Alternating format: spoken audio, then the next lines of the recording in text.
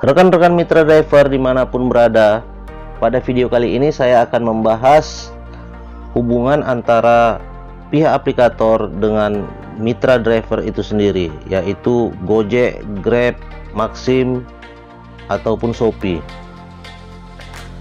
Hubungan kemitraan justru membuat para mitra atau pekerja lepas ataupun sementara mendapatkan hubungan kerja yang super eksploitatif. Tahukah kalian kalau kemitraan adalah hubungan yang setara dan adil antara dua atau lebih pihak untuk bekerja sama dalam hal tertentu atas dasar prinsip saling memerlukan, mempercayai, memperkuat, dan saling menguntungkan. Saat ini para driver ojek online diklasifikasikan sebagai mitra oleh perusahaan platform atau pemilik aplikator. Namun mereka tidak memperoleh hak-hak sebagai mitra. Mereka disebut mitra akan tetapi bekerja dalam hubungan kerja antara buruh dengan pengusaha.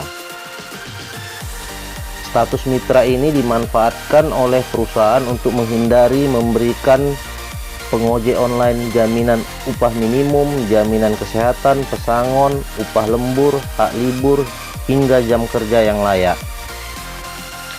Menurut penelitian yang dilakukan oleh Institute of Government and Public Affairs atau IGPA Universitas Gadjah Mada, bahwa kemitraan yang terjadi di Indonesia adalah kemitraan yang palsu ataupun semu. Hal ini didasari wawancara secara mendalam kepada driver ojek online, baik itu roda 2 ataupun roda 4. Ada 4 hal yang menyebabkan hubungan kemitraan yang diterapkan oleh perusahaan seperti Gojek, Grab, hingga Maxim itu palsu. Yang pertama, semua keputusan penting dalam proses kerja menjadi kewenangan perusahaan platform. Para driver ojek online tidak memiliki hak bersuara dalam proses mengambil keputusan yang seharusnya mereka peroleh ketika statusnya adalah sebagai mitra.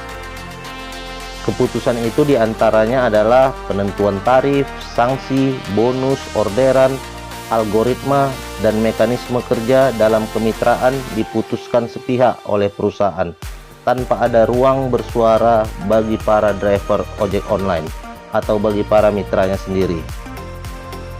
Hal kedua yang menyebabkan hubungan kemitraan itu adalah palsu adalah perusahaan mengontrol proses kerja dari driver ojek online-nya sendiri.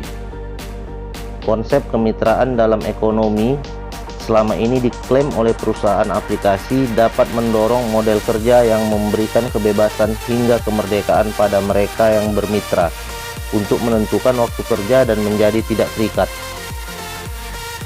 Tapi tahukah kalian kalau pada kenyataannya perusahaan aplikasi mengendalikan para ojek online sebagaimana kontrol yang sering kita temui di industri manufaktur dengan hubungan antara buruh dan pengusaha.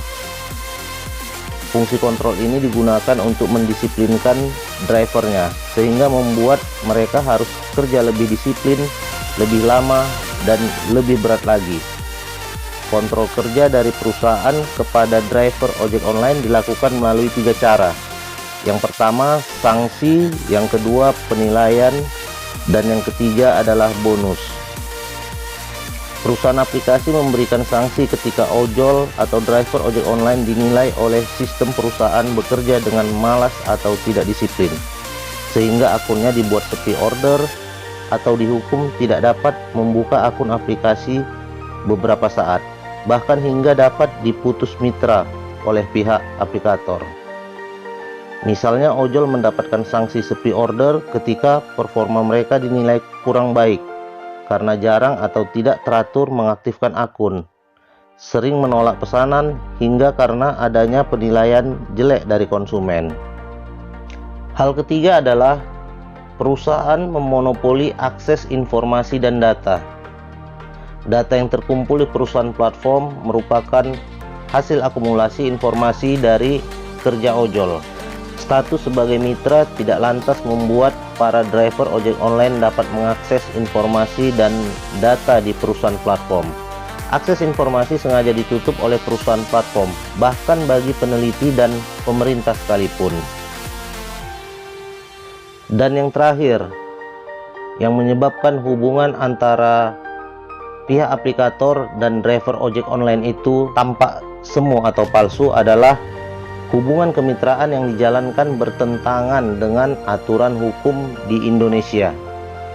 3 praktik hubungan kerja antara perusahaan platform dan driver ojek online di atas bertentangan dengan Undang-Undang Nomor 20 Tahun 2008 tentang usaha mikro, kecil dan menengah, dan Peraturan Pemerintah Nomor 17 Tahun 2013 tentang pelaksanaan undang-undang tersebut yang mengatur tentang kemitraan.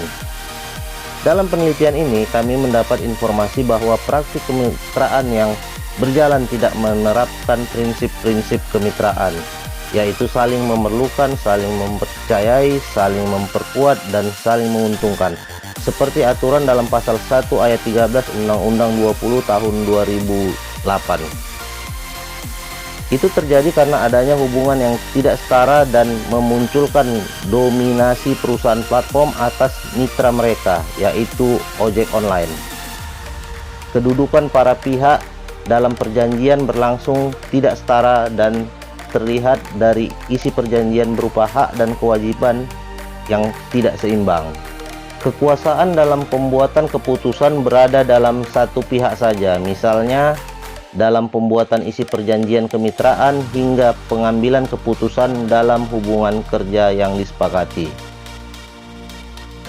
Oke, itulah tadi informasi sedikit mengenai hubungan antara pihak aplikator dengan driver ojek online itu sendiri, yaitu Gojek, Grab, Maxim, ataupun Shopee yang dianggap palsu ataupun semu.